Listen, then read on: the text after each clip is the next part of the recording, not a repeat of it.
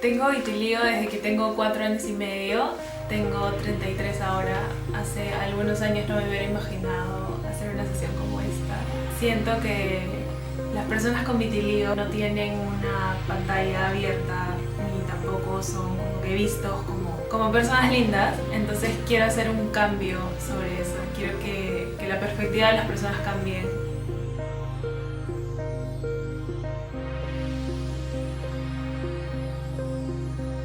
Yo tenía 4 años y medio y la que se dio cuenta fue mi mamá. Ella vio una manchita chiquitita en el párpado y nada, como que no le dio mucha importancia. Pero más adelante vio otra en el tobillo, luego otra en la rodilla y me llevaron a un dermatólogo y confirmó que era vitiligo. Eso fue como inició. El por qué en realidad no se sabe. Hay bastantes mitos en sí de qué desata, pero hace poquito se descubrió, por así decirlo, que lo que produce esto es un momento de estrés dentro de la vida de la persona, de que puede ser cuando eres niño o cuando eres grande en realidad. Y uno aparentemente nace con el gen y puede o no desarrollarse. Entonces hay gente que empieza con, no sé, pues una caída de bicicleta, ya una herida en la rodilla y ya ahí empieza. O puede ser emocional. Yo creo que lo que fue en mi caso fue emocional. Que me estabas contando que fue, según lo que tú crees, el nacimiento de tu hermano. Sí, el nacimiento de mi hermano, porque no me prepararon para eso.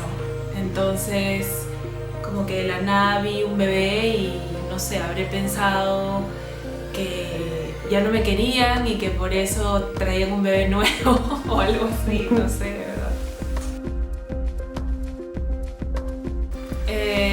Bueno, en esa época, estamos hablando del 92, como que no se sabía mucho sobre el tema por no decir nada.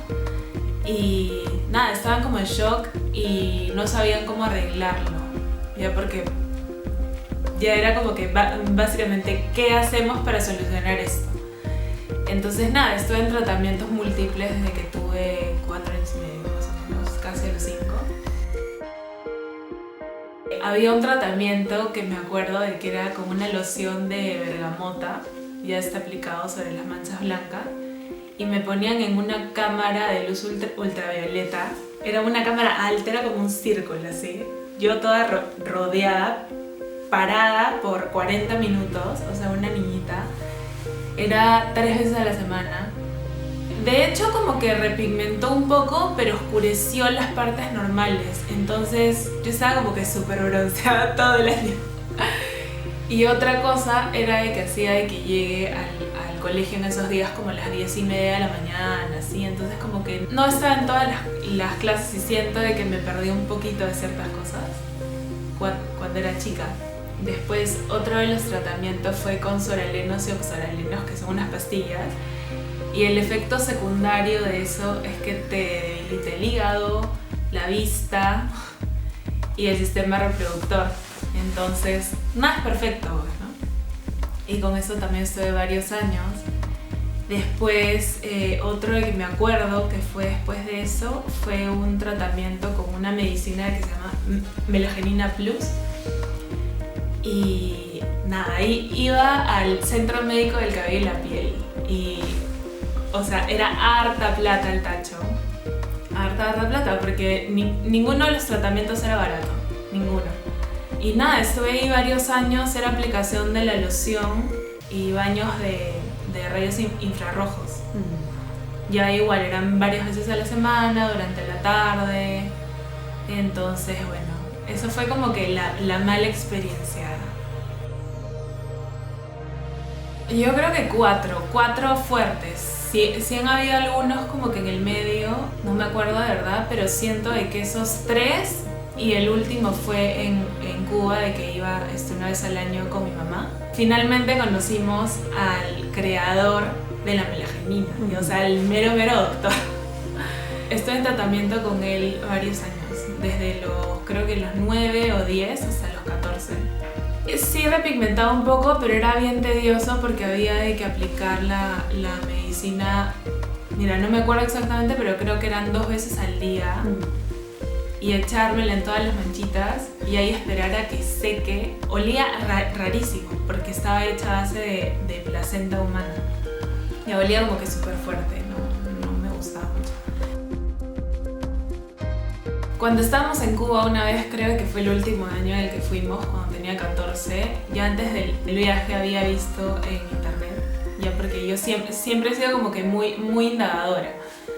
Entonces vi que cuando tienes las manchas blancas y la despigmentación en rodillas, tobillos, codos, axilas, como que es muy difícil que repigmente.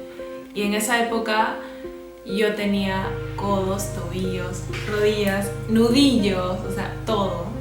Y creo que en ese momento como que dije, ya, hasta acá nomás. Como que ya han pasado 10 años en tratamiento.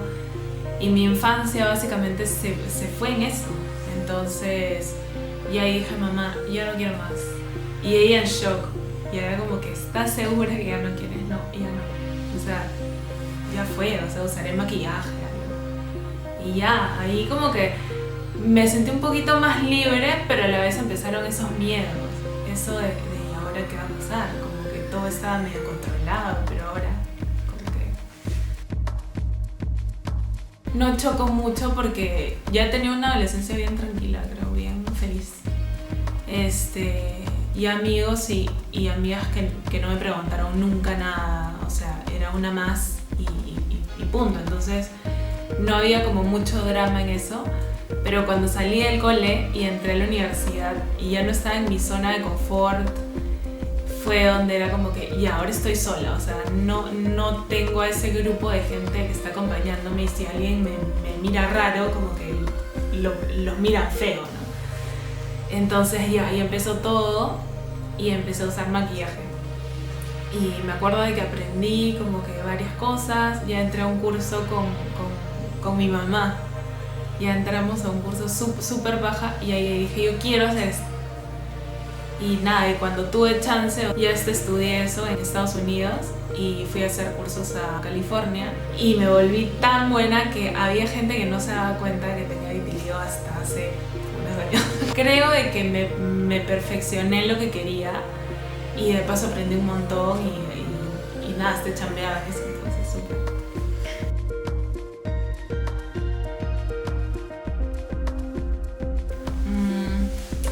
Bien complicado, como que no hay una respuesta exacta para eso, pero siento de que desde hace como 3 años más o menos estuve ya intentando hacerlo y siempre decía, en mi cumpleaños lo voy a hacer, en mi cumpleaños lo voy a hacer, siempre, y como que habían excusas o que la vida ponía o que yo ponía o algo pasaba siempre, entonces como que nunca hacíamos nada y luego vino esto de la pandemia y darnos cuenta de que la vida es tan efímera y tan pasajera y que hay que hacer las cosas ahora porque hoy día estás y mañana no.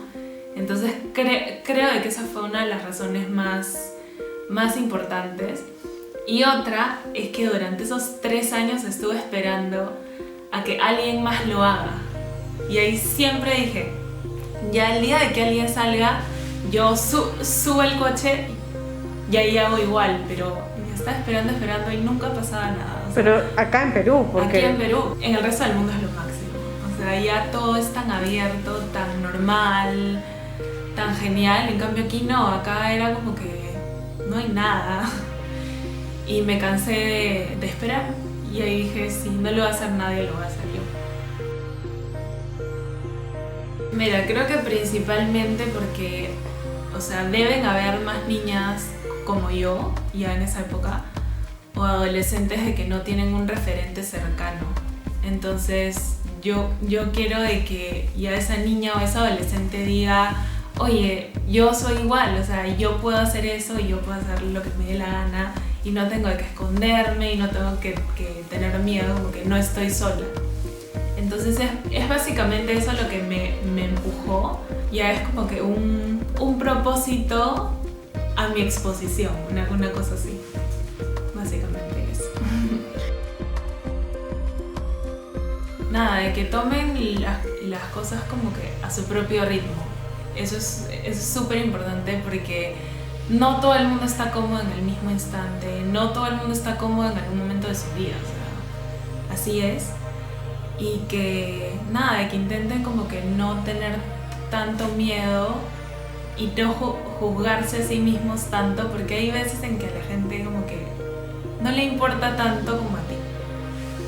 Entonces nada, de que sean ellos, que no tengan miedo, como estoy diciendo, y que se lancen en algún momento, de verdad. Diga que lo hagan porque van a sentirse súper, súper libres y súper bien.